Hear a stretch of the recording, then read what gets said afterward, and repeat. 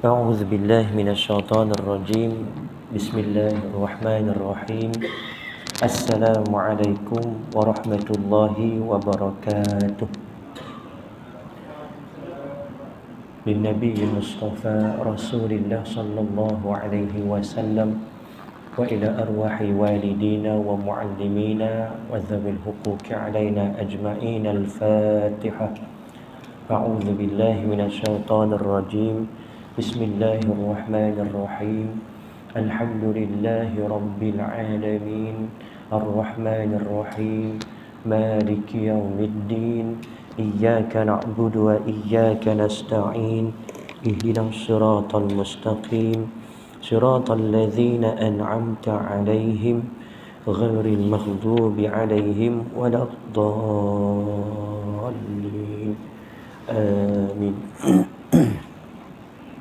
إن الحمد لله نحمده ونستعينه ونستهديه ونستغفره ونعوذ بالله من شرور أنفسنا ومن سيئات أعمالنا من يهده الله فلا مضل له ومن يضلله فلا هادي له أشهد أن لا إله إلا الله وأشهد أن محمدا عبده ورسوله اللهم صل وسلم على سيدنا محمد وعلى آله وأصحابه أجمعين سبحانك لا علم لنا إلا ما علمتنا إنك أنت العليم الحكيم رب اشرح لي صدري ويسر لي أمري واحلل عقدة من لساني يفقه قولي أما بعد.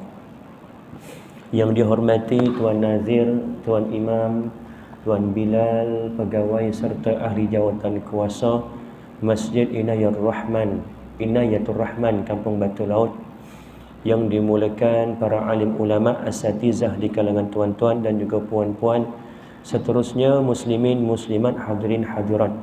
Alhamdulillah, pertama dan selama-lamanya kita merafakkan kesyukuran kehadrat Allah Subhanahu wa taala atas rahmat, nikmat iman dan juga Islam, atas rahmat dan izinnya dapat kita berkumpul pada malam ini seperti mana yang telah dijadualkan bagi menyambung pengajian kita dalam kitab Faham Faraid karangan Al-Fadil Ustaz Hilmi Hanis bin Muhammad.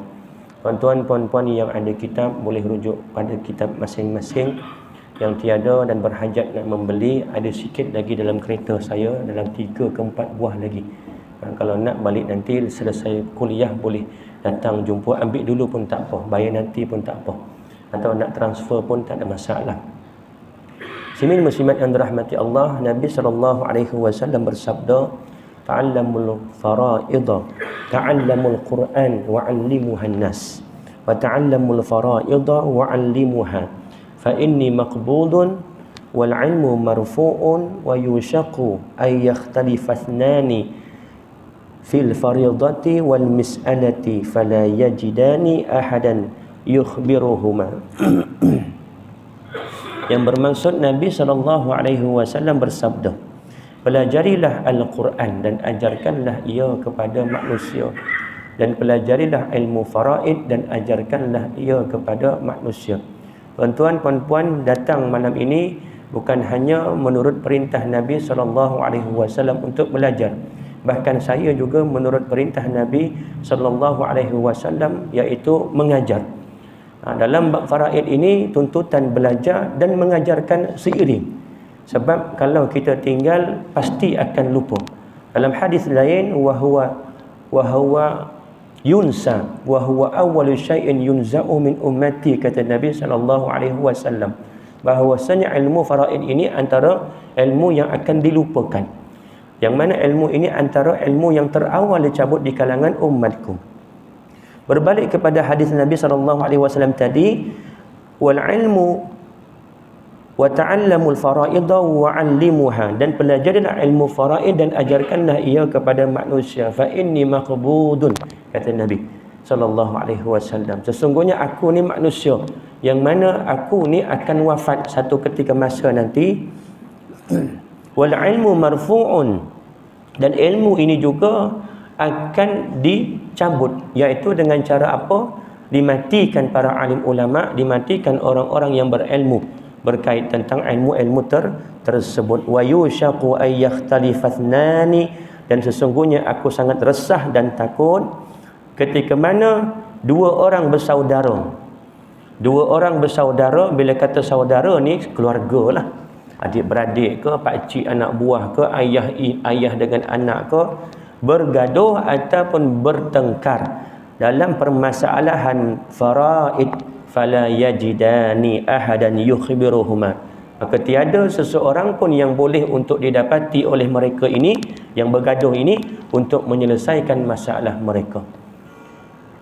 Saya bacakan hadis ini kerana tempoh 2-3 hari ini ada orang datang ke pejabat penghulu jumpa dengan saya. Pagi tadi ada seorang daripada kampung Kundang, tak nak sebut nama lah. Ibunya baru meninggal dunia pada hari Jumaat lepas. Bertanya, Ustaz, tahu macam mana nak uruskan harta pusaka arwah mak saya ni? Apa saya dan waris-waris lain nak kena buat? Saya senaraikan. Apa nak kena buat? Pengurusan jenazah dah selesai belum? Dah guna duit siapa? Guna duit saya, ambil balik ganti duit arwah. Kerana tanggungjawab sebagai waris untuk mengambil harta si mati, untuk menguruskan yang fardu, yang wajib ke atas si mati. Yang pertama, pengurusan jenazah si mati. Hutang si mati ada ke tidak, hutang dengan Allah, fidyahnya, ada puasa yang tertinggal, gantikan, bukan ganti, bayarkan fidyahnya. Kalau sekarang satu hari bersamaan dengan RM2 pada kadar beras yang biasa. Kalau afdalnya kita bayar mengikut kadar beras yang kita makan. Sama juga keadaannya dalam hal membayar zakat fitrah. Kalau kita makan beras basmati atau beras wangi, tak dapat RM7 sekilo. Jadi kena gandakan berapa bayaran. Itu afdal, bukan wajib. Tapi kalau kita nak bayar, minimum satu hari RM2 untuk satu hari yang tertinggal. Sama ada nak gandakan atau tidak, khilaf ulama. Nak ihtiyat, berhati-hati, kita gandakan. Makna ganda ni apa? Contoh tahun 2000 dia tak puasa 30 hari. 2021 tak sempat nak membayar, menggantikan 30 hari tadi. Dia dapat 30 hari bulan Ramadan 2021 saja. 2020 tertinggal 30 hari, sakit sepanjang bulan tu. Kemudian tahun 2021 dia dapat puasa 30 hari, tahun tu saja, tak dapat ganti yang tahun lepas. Bermakna dia kena bayar fidyah 30 hari kalikan dengan RM2 bersamaan dengan RM60. Tahun 2022 dia dapat puasa pada tahun itu saja, tak dapat ganti 30 hari yang pada tahun 2000. Bermakna dia dah tertinggal 2 tahun, kena gandakan. Gandaan yang pertama, kerana dia tak dapat 30 hari, kalikan dengan RM2, RM60, gandakan RM120. Cuma ni khilaf di kalangan ulama. Pendekatan, kalau saya, orang tanya, ihtiyat, berhati-hati kita. Khilaf, kita khurus daripada khilaf, itu lebih aulah, lebih utama. Tapi kalau nak bayar tanpa ganda pun tak ada masalah. Kerana masih juga ada pandangan ulama mengatakan tak wajib digandakan. Ada tak hutang dengan manusia? Ada, selesaikan dahulu. Ada tak wasiat si mati? Wasiat ni macam mana pula Ustaz? Tanya, terangkan satu persatu apa dia wasiat. Perkara yang dikaitkan dengan mati. Kalau mak mati nanti, tu antara contoh ucapan wasiat yang biasa kita dengar. Kalau ayah mati nanti, tanah yang kat ujung kampung tu bagikan dekat abang ipar kamu, abang long. Bukan anak dia, menantu dia. Boleh tak boleh? Boleh. Lepas satu syarat dah, bukan kepada ahli waris. Ada wasiat? Tak ada. Kalau misalnya kata tak ada, terus kepada faraid. Berapa waris yang ada? Sekian. 5 lelaki, 4 perempuan. Berapa seorang dapat? Lelaki 5 kali 2, 10 tambah 4, 14. 2/14 lelaki, 1/14 perempuan. Ini kalau 10,000 Ustaz, berapa duitnya? Kalikanlah. Dan kita kena ingat, pembahagian faraid ini bukan hanya pada duit semata-mata, bukan hanya pada tanah semata-mata, bukan hanya pada rumah semata-mata. Bahkan apa jua yang dikatakan tirkah, harta pusaka itu wajib mengikut hukum faraid. Mati saya, pen ni milik saya. Saya mati, meninggal dunia. Pen ni ada tak nilai? Selagi mana ada nilai terkait ataupun Allahumma salli ala Muhammad, terikat dengan hukum faraid. Tak boleh siapa-siapa anak saya yang sulung ambil tiba-tiba suka-suka, tak boleh. Kena tahu dekat sini ada hak abang yang sulung, ada hak yang kedua, ada hak anak yang ketiga, ada hak anak yang keempat, ada hak isteri saya, ada hak ayah saya, ada hak mak saya, walaupun pen, walaupun sebatang pen. Jadi setiap yang dikatakan terkah harta pusaka wajib tertakluk dengan hukum faraid. Bukan hanya duit, bukan hanya tanah, bukan hanya rumah, bukan hanya kenderaan semata-mata. Segala-galanya selagi mana ada nilai. Kalau misal kata semua ahli waris bersetuju pakaian-pakaian arwah ni, semua dah tak nak, maknanya semua dah melepaskan hak masing-masing. Tak apa, kita sedekahkan kepada orang yang lebih memerlukan. Boleh, silakan. Dengan syarat kena tahu dahulu bahagian masing-masing. Tentukan dahulu bahagian masing-masing. Lelaki berapa 2/14, perempuan berapa 1/14. Contoh, bisa kata yang ada cuma anak-anak saja, 5 lelaki 4 perempuan. Kaedahnya lelaki kali 2 tambahkan yang perempuan berapa, itulah jumlah pembawahnya. Lelaki atasnya 2, perempuan atasnya 1. Minggu lepas selesai kuliah di Surau Simpang 4, Rabu malam di Surau Taufiqiyah Simpang 4, kuliah sirah. Habis kuliah orang telefon, "Ustaz, saya nak jumpa." "Dari mana?" "Dari Puchong." "Sanggup datang ke Batu Laut?" "Ada apa ya?" "Saya nak tanya berkenaan sedikit tentang harta pusaka arwah mak saya." "Jumpalah dekat kedai Syasha, kedai Tom Yam dekat bawah Pencawang." Habis kuliah, tanya, "Mana encik dapat nombor saya ni?" Saya tengok dekat Facebook, dekat YouTube. YouTube saya ada, tiap-tiap kuliah saya daripada tahun 2018 saya upload dekat YouTube. Ini salah satu sebab kenapa saya rakam, nak upload dekat YouTube. Tuan-tuan boleh lihat lah dekat YouTube channel, dah promosi pula channel Muhammad Rizwan Samsudin, nama betul saya. Ada banyak kuliah-kuliah, tak ramai pun yang view, 20 orang 30 orang satu video, tak apalah. Sekurang-kurangnya kalau saya mati, itulah salah satu saham saya yang mungkin akan mengalir sampai selagi mana orang tengok ada manfaat ilmu tu, dapatlah saham saya dekat dalam kubur nanti, mudah-mudahan. Jadi nak tanya tentang harta maknya, selesailah. Maknanya apa? Orang dah mula peka, orang dah mula peka tentang harta pusaka. Kalau dulu mungkin mindsetnya harta pusaka hanya terkait dengan tanah, tunggulah nanti kita bicara kuasa baru bincang. Tak, sekarang mati saja, si mati waris kena tentukan terus, lebih awal, lebih cepat, lebih baik. Kuliah ni bukan hanya semata-mata mengajar, tetapi menyedarkan masyarakat bahawasanya urusan pusaka ni jangan bertangguh. Jangan bertangguh dan jangan ambil ringan dalam harta pusaka sehingga kita rasa, oh tak apalah, padahal kita makan harta orang lain, makan harta secara batil. Lebih takut lagi termakan harta anak yatim. Abang kita mati, ada anak bawah umur, anak yatim. Kita tengok abang kita ni ada kasut dia, oh cantik kasut ni, muat ngam-ngam dengan kaki aku, ambil senyap-senyap, makan harta batil, makan harta anak yatim. Dekat kasut tu ada bahagian anak si mati, anak yatim. Na'udzubillah min zalik. Jangan ambil ringan. InsyaAllah malam ni kita sambung dalam bab sebab-sebab pusaka yang keempat. Cuma kita ulang serba ringkas. Yang pertama dengan sebab pernikahan. Berlaku pernikahan, maka dia menjadi sebab seseorang itu mendapat pusaka, mewarisi harta pusaka. Aku terima nikahnya si Fulanah binti si Fulan dengan mas kahwin RM300 tunai. Saksi kata sah, dengar dengan jelas, lafaznya pun jelas, tak ada sangkut-sangkut, jelas. 2 orang saksi dengar, imam kata alhamdulillah, baca doa. Habis baca doa, amin ya rabbal alamin, meninggal pengantin lelaki.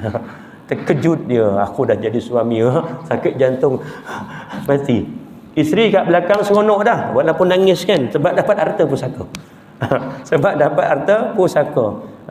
Dikatakan nikah tadi bukan dengan sebab bersama atau jima. Tak, walaupun belum sempat bersama, ada je ikatan pernikahan, maka dia boleh mewarisi harta pusaka. Yang kedua dengan sebab keturunan, nasab. Ayah mewarisi anak, anak mewarisi ayah, adik-beradik mewarisi adik-beradik, anak saudara mewarisi harta pakcik, sepupu mewarisi harta sepupu, pakcik mewarisi harta anak buah, atuk mewarisi harta cucu, cucu mewarisi harta datuk. Ini semua dengan sebab nasab. Tadi pernikahan iaitu berkait dengan suami isteri saja. Tapi dengan sebab yang kedua, sebab nasab, anak, ayah, datuk, adik-beradik, anak saudara, sepupu, pakcik, datuk saudara, sehinggalah yang terakhir. Tak ada terakhir. Sebab dalam faraid ini ahli waris ni yang sering saya katakan, lelaki 15 orang, perempuan 10 orang, 25 orang, bukan terhenti sampai situ saja. Ini saya tunjukkan dalam rajah yang biasa saya tunjukkan. Ada 15 lelaki, 10 perempuan. 15 lelaki yang berwarna biru dan 10 perempuan yang berwarna merah. Hakikatnya ada waris tersembunyi yang tidak dinyatakan dalam carta. Antara contoh ni, dekat bawah cucu ni ada lagi. Bawah anak lelaki, daripada anak lelaki, saudara lelaki, anak saudara. Bawah ni pun ada lagi. Bawah ni pun ada lagi. Bawah ni pun ada lagi. Cuma tak dinyatakan dalam carta. Kalau tak, panjang, besar sangat cartanya. Dan kita kena ingat, mereka ini dapat sekiranya tiada waris yang terdekat dengan si mati. Alhiqul fara'idha bi ahliha fama baqiya fahuwa li aula rajulin zakarin. Berikan bahagian faraid kepada ahli fardu, adapun bakinya kepada ahli waris lelaki yang terdekat. Kerana itu adanya waris daripada kalangan anak, adik-beradik, kemudian anak kepada adik-beradik, kemudian pakcik bapa saudara, kemudian anak kepada pakcik. Selagi mana adanya waris tersebut, maka dia boleh mewarisi harta pusaka si mati. Kemudian yang ketiga, dengan sebab walak, iaitu penghambaan. Bekas hamba, sekarang dah tak ada konsep hamba. Andailah kita bayangkan kita ada seorang hamba dan kita bebaskan dia. Dia hidup berdikari, bekerja, ada pendapatan, ada harta, dapat beli motosikal sebiji untuk kegunaan dia. Belum sempat dia meninggal dunia, belum sempat dia berkahwin, dan dia pun tak ada waris, tak ada keluarga, sebatang kara. Meninggal dunia dia. Jadi motosikal ni tadi, siapa yang dapat mewarisi? Bekas tuan hamba ni tadi. Itu dalam konsep walak. Yang keempat malam ini kita akan sambung Islam, iaitu Baitul Mal. Baitul Mal ni bila mana dia boleh mewarisi harta umat Islam ketika mana si mati ini tidak mempunyai waris lelaki. Yang saya cartakan tadilah 15 orang lelaki. Kalau misalnya kata tak ada dan ke bawah mereka pun tak ada, barulah pergi ke Baitul Mal. Sebab ada baki selepas ahli fardu, iaitu asabah. Kalau misalnya kata asabah ni tak ada baki, maka tak adalah pergi ke Baitul Mal. Tak adalah pergi kepada pakcik, tak adalah pergi kepada anak saudara, tak adalah pergi kepada sepupu. Sebab dah tak ada baki. Asabah ni je 3 keadaan. Keadaan yang pertama, dia boleh mewarisi keseluruh harta pusaka si mati. Contoh, si mati ni dia cuma ada anak lelaki seorang. Tu je yang ada. Isterinya pun dah mati, ayahnya dah mati, ibunya dah mati, dia ada anak seorang je lelaki. Maka anak lelaki ni akan mewarisi semua harta pusaka bapanya. Kalau ada 3 ekar tanah, 3 ekar dia punya. Kalau ada 10 ekar, 10 ekar dia punya. Kereta 10 biji, semua dia punya. Sebab dia asabah binafsih. Di kategori yang pertama, mewarisi keseluruhan harta si mati. Yang kedua, keadaan kedua asabah ni, dia akan dapat baki selepas ahli fardu dapat. Contoh yang dikatakan asabah ini anak lelaki, contoh. Ahli fardu si mati, sidik, dia ada isteri bernama Murni. Dan Murni ni sebagai ahli fardu atau ahli asabah. Ahli fardu. Apa nak beza ahli fardu dengan asabah? Ahli fardu ini adalah ahli yang telah ditentukan oleh Allah dalam Al-Quran bahagian mereka. Lihat pada surah An-Nisa ayat yang ke-11, ayat yang ke-12, ayat yang ke-176. 3 ayat ini menjadi rujukan untuk menentukan ahli fardu. Siapa dia? Bapa, ibu, pasangan, anak perempuan, adik-beradik perempuan. Ini semua ahli fardu. Kalau mereka bersendirian, contoh anak perempuan dapat fardu. Tapi kalau misal kata bersama dengan adik-beradik lelaki, si mati ada anak lelaki, ada anak perempuan, maka anak perempuan dah tak dapat fardu, dapat asabah dengan nisbah 2 lelaki 1 perempuan. Dan satu keadaan lagi asabah, dia tak dapat langsung. Sebab ahli fardu menghabisi semua harta. Saya bagi contoh. Ini Sidik. Saya suka nama Sidik. Suka letak nama Sidik. Kalau kebetulan ada, saya minta maaf lah. Asyik Sidik je yang mati. Ni Sidik. Sidik ni dia ada, Sidik lelaki, perempuan lah. Murni, suaminya bernama Sidik. Sidik juga. Tak apalah, yang penting mati Murni, bukan Sidik. Kemudian ada adik-beradik perempuan. Murni ni ada adik-beradik perempuan. Saya buat singkatan, adik-beradik perempuan seibu sebapa, APIB, adik-beradik perempuan seibu sebapa. Namanya Ros, contoh. Namanya Ros. Murni ni maknya dah tak ada, bapanya pun dah tak ada. Tetapi bapa je ni ada abang bernama Lan, contoh. Jadi Lan dengan Murni ni sebagai apa? Pakcik. Lan ni bila tahulah, wah, anak saudara aku ni, Murni ni mati semalam. Aku ni, Murni ni dah tak ada anak lelaki, anaknya tak ada. Adik-beradik cuma perempuan saja. Dia ada suami, tu saja, suami dan adik-beradik perempuan seorang. Dia rasa aku akan dapat harta pusaka si Murni ni sebab aku lelaki yang paling dekat, pakcik dia. Jadi bila kira-kira kaedah asabah, dia akan dapat selepas yang fardu dapat dulu. Maknanya kita kena tentukan ahli fardu berapa bahagian mereka, ada tak baki baru kepada ahli asabah. Sidik sebagai suami dapat berapa? 1/2 kerana Murni tidak mempunyai anak. Walakum nisfu ma taraka azwajukum illam yakul lahunna walad. Bagi kamu suami-suami, nisfu 1/2 daripada harta peninggalan isteri kamu sekiranya isteri kamu tidak mempunyai anak. Surah An-Nisa ayat yang ke-12. Sidik dapat 1/2. Ni Ros dapat berapa? 1/2 juga. Kerana apa? Adik-beradik seibu sebapa perempuan seorang. Kalau 2 orang dapat 2/3. Kalau bersama dengan adik-beradik lelaki dapat asabah bil ghairi dengan nisbah 2 lelaki 1 perempuan. Kalau misal kata Murni ni ada 2 orang adik-beradik Ros dan juga Abu contoh, seorang lelaki seorang perempuan. Jadi Lan ni dah tak dapat, pakcik dah tak dapat. Sebab dia lebih jauh daripada adik-beradik, dia pakcik. Tapi sebab si mati Murni ni tak ada adik-beradik lelaki, dia rasa aku paling dekat ni dengan Murni. Bila kira-kira Sidik separuh, Ros dapat separuh, 1/2, ada tak baki? Tak ada baki dah. Tak ada baki. Jadi meloponglah Lan. Yang mana asalnya mula-mula kata aku akan dapat ni. Sebab aku ahli asabah. Tapi lepas fardu dapat, dia tak dapat. Tak dapatlah. Dia tak boleh minta dekat Ros. Dia tak boleh minta dekat Sidik. Sebab ini hukum yang telah difardukan oleh Allah. Faridatan minallah nasiban mafruḍa.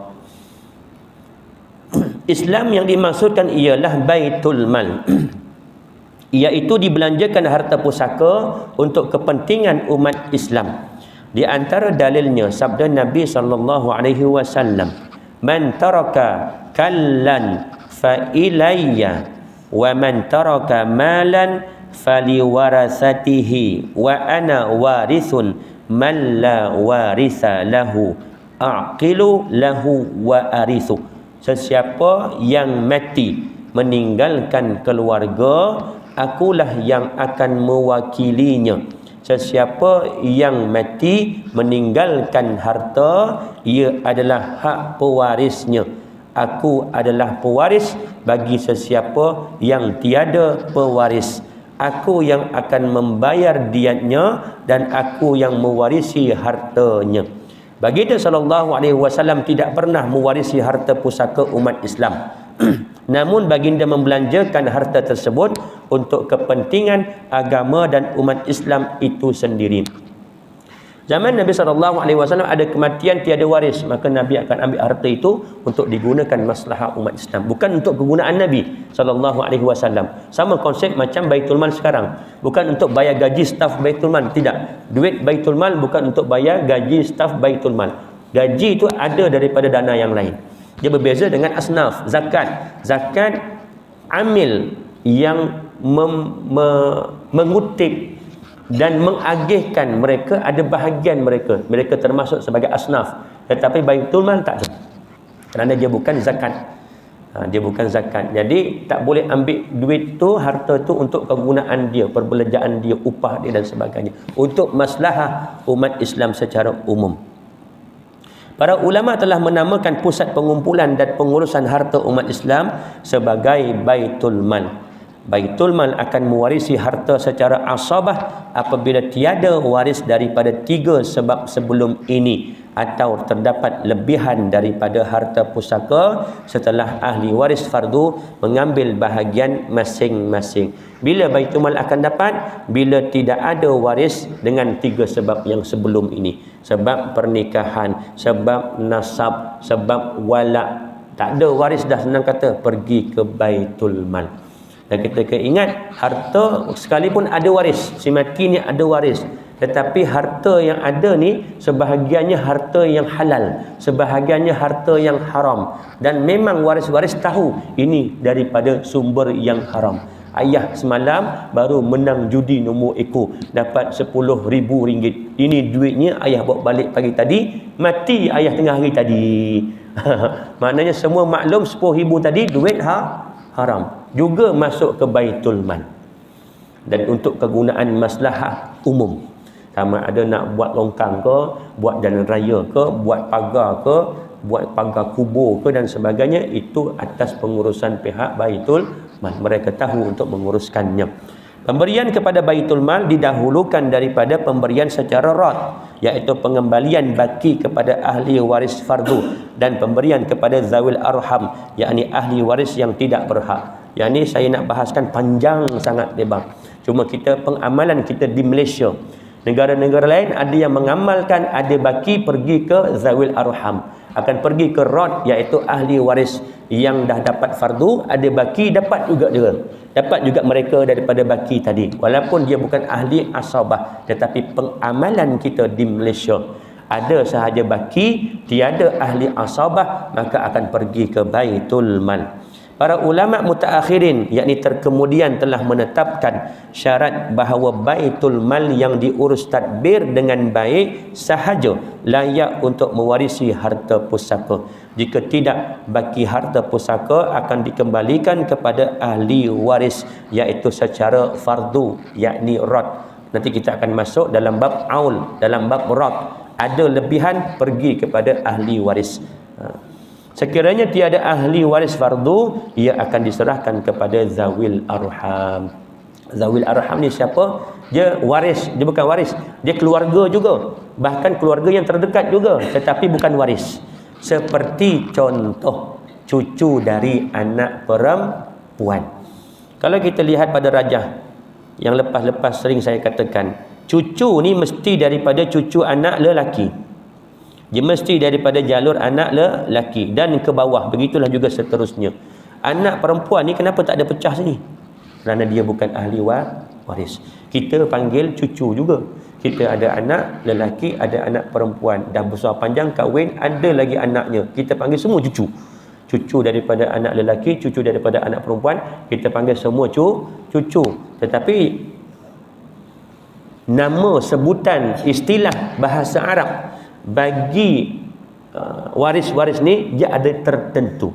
Contoh, anak lelaki ibnu, anak lelaki daripada anak lelaki ibnu ibin, maknanya cucu daripada anak lelaki.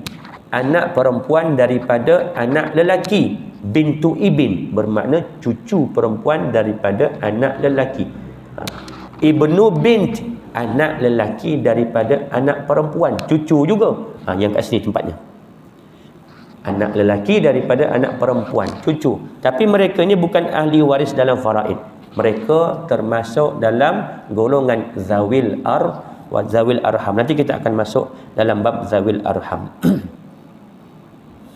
Syarat-syarat pusaka, sebelum kita masuk dalam syarat-syarat pusaka. Sikit lagi azan. Harta umat Islam ini nak pergi ke Baitul Mal bukan mudah. Walaupun Baitul Mal antara tempat, antara waris yang berhak mewarisi harta pusaka si mati, dengan sebab yang keempat iaitu Islam, Baitul Mal. Sebab yang pertama tadi sebab pernikahan, dengan sebab nasab, dengan sebab walak. Yang keempat Islam iaitu Baitul Mal. Tetapi misal kata tiada langsung waris lelaki, barulah pergi ke Baitul Mal. Bukan senang harta seseorang itu akan pergi ke Baitul Mal. Kerana biasanya sama ada perunding ataupun orang yang menguruskan ini, dia akan siasat dulu di kalangan ahli waris ada ke tidak lelaki yang terdekat dengan si mati. Berdasarkan hadis tadi, alhiqul faraidha bi ahdiha, berikan pusaka warisan kepada ahli fardun, fama baqiya, adapun bakinya fahuwa li aula rajulin zakarin, maka berikan kepada golongan lelaki yang terdekat dengan si mati. Ada anak, dan kita ingat asabah ini dia ada 4 kelompok. Kelompok pertama yang di bawah, kelompok yang kedua yang di atas, kelompok ketiga adik-beradik dan anak saudara, dan kelompok yang keempat pakcik. Kalau yang kelompok pertama dapat asabah, maka kelompok kedua, 3, 4 dah tak dapat. Dia tak akan berlaku 2 kelompok dapat asabah sama-sama. Contoh, ada anak lelaki, tiba-tiba adik-beradik lelaki si mati pun dapat juga. Tak jadi. Bila ada anak lelaki si mati, adik-beradik memang takkan dapat. Mahjub hirman, tak dapat 1 sen pun. Tabuk pun tak ada. Sebab dia kelompok yang ketiga. Jangankan adik-beradik, bapa pun tak dapat asabah. Bapa cuma dapat fardu sahaja, 1/6. Kerana si mati ada anak lelaki. Kalau si mati ada anak perempuan, baru bapa akan dapat 1/6 tambah dengan asabah. Kalau misal kata si mati tak ada anak lelaki, tak ada bapa dan ke atas, tak ada anak lelaki dan ke bawah, barulah adik-beradik dapat. Adik-beradik yang mana? Lelaki dan perempuan. Kerana ada dinyatakan dalam surah An-Nisa ayat 176, pembahagian kepada adik-beradik seibu sebapa dan juga sebapa. Lelaki, kalau perempuan dia akan dapat, kalau seorang 1/2, kalau 2 orang atau lebih 2/3, kalau lelaki seorang dapat semua. Kalau ada 2 lelaki perempuan, lizakari mithlu hazil unsayan, lelaki 2 bahagian, perempuan 1 bahagian, dengan syarat keadaan si mati kalalah. Kalalah ni maknanya apa? Seseorang yang mati tidak mempunyai keturunan atas, bapa, datuk dan ke atas, dan tiada keturunan di bawah, anak lelaki, cucu lelaki dan ke bawah. Itu dinamakan istilah si mati sebagai kalalah. Maka adik-beradik baru dapat. Adik-beradik ni kalau misal kata anak lelaki tak ada, cucu lelaki tak ada, ayah tak ada, datuk tak ada, adalah adik-beradik seibu sebapa, maka dia akan dapat. Takkan pergi ke Baitul Mal selagi mana ada waris lelaki yang terdekat dengan si mati. Andai misal kata adik-beradik lelaki ni pun dah mati juga, maka dia akan tengok anak kepada adik-beradik lelaki ni sama ada ataupun tidak. Kalau ada, maka dia akan mewarisi asabah, harta si mati secara asabah. Kalau misal kata anak lelaki ni, anak saudara dengan si mati ni pun tak ada, dia akan lihat pada anaknya ada ke tidak. Tapi kita kena lihatlah pada umur si mati. Kalaulah umur si mati, contoh Sidik lagi mati pada tahun 2023, waktu umurnya 100 tahun. 100 tahun, walaupun jarang-jarang berlaku, kadang-kadang kata Ibu Ramli 100 tahun. Tapi andai misal kata dia mati umur 100 tahun, dia tak ada anak, bawahnya tak ada, dia tak ada bapa dan ke atas, meninggal dunia dulu, Dan dia juga tak ada pasangan, bujang. Mati dalam keadaan tak pernah berkahwin. Contoh, dia ada adik-beradik lelaki seorang, nama adik dia Ali. Contoh, bila mati Siddiq, Ali ni waris ke tidak? Warislah. As-sabah binafsih, yang mana dia jenis yang pertama, dia akan mewarisi keseluruhan harta Siddiq, kerana tak ada ahli fardu, tak ada pasangan, tak ada ayah ibu, tak ada anak perempuan, tak ada. Maka dia akan dapat Ali dengan syarat Siddiq ni kalalah, iaitu tiada ayah dan ke atas, tiada anak lelaki dan ke bawah, barulah adik-beradik dapat. Barulah adik-beradik dah dapat. Ali akan dapat. Tapi bila tengok usia Ali ni lebih kurang 99 tahun, dia bawah daripada Siddiq setahun. Mati dah Ali ni pada tahun 2001 contoh. Dia dah mati pada tahun 2001. Jadi Ali ni dapat tak pusaka Siddiq? Tak dapat dah. Syarat mewarisi pusaka si mati, mesti waris hidup semasa pemilik harta mati. Hidup. Termasuk anak dalam kandungan. Tu ada perbahasan ulama. Dikira hidup secara takdiri atau hidup secara hukmi, kerana ada dalam perut. Tunggu lahir dia waris. Walaupun belum bernyawa. Syarat waris kena ada dan hidup semasa pemilik harta mati. Jadi bila Siddiq ni mati, Ali ni dia berkahwin dan ada anak. Jangan kita terhenti sampai Ali pun dah mati terus pergi kat Baitul Mal. Tak. Kita akan siasat siapa anak Ali. Ada tak Ali ni anak? Ali ni kahwin, isterinya pun dah mati dulu. Kemudian ada anak lelaki seorang bernama Abu contoh. Abu. Cuma Abu ni pun mati dah. Abu ni pun dah mati. Contohlah misal kata Abu ni mati pada tahun 2002. Setahun lepas kematian Ali. Pada ketika itu mungkin usianya dah 75 tahun contoh. Jadi jarak dia dengan Siddiq lebih kurang dalam 25 tahun. Pakcik dengan anak saudara lah.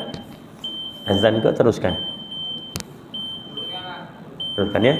Okey. Bezanya 25 tahun contoh. Usia Abu 75 tahun. Bila semak-semak selidik siasat-siasat, Ali dah mati, Abu pun dah mati tahun 2002. Jangan terhenti sampai situ.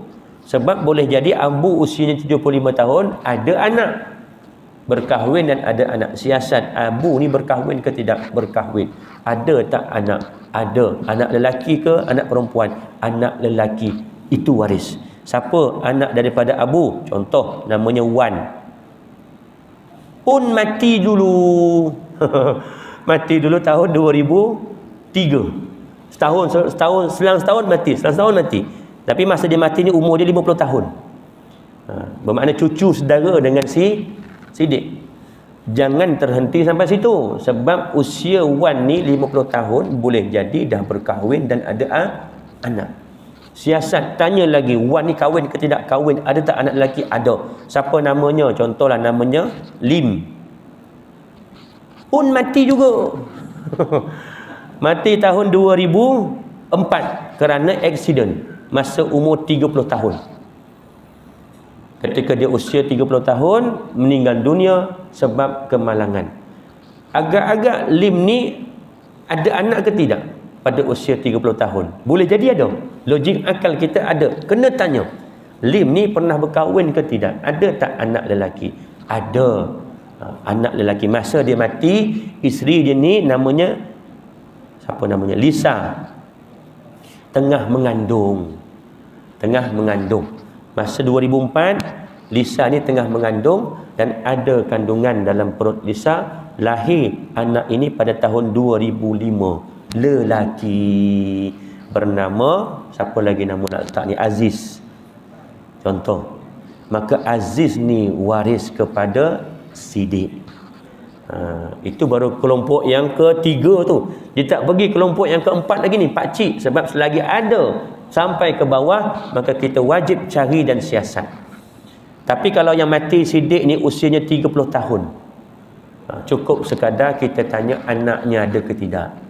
Kalaulah anaknya ada, dapat anaknya. Kalau anaknya tiada, ada tak agak-agak berkemungkinan sidik yang berusia 30 tahun mati ni ada cucu? Tak ada tak? Baru pergi kepada adik-beradik. Sebab logiknya itu, umurnya itu ketika mati berapa? Boleh jadi tak ada anak, boleh jadi tak ada cucu, boleh jadi tak ada cicit. Kalau ada, itulah waris yang terdekat dengan si mati. Wallahu a'lam. Ada soalan 1-2 sebelum kita akhiri.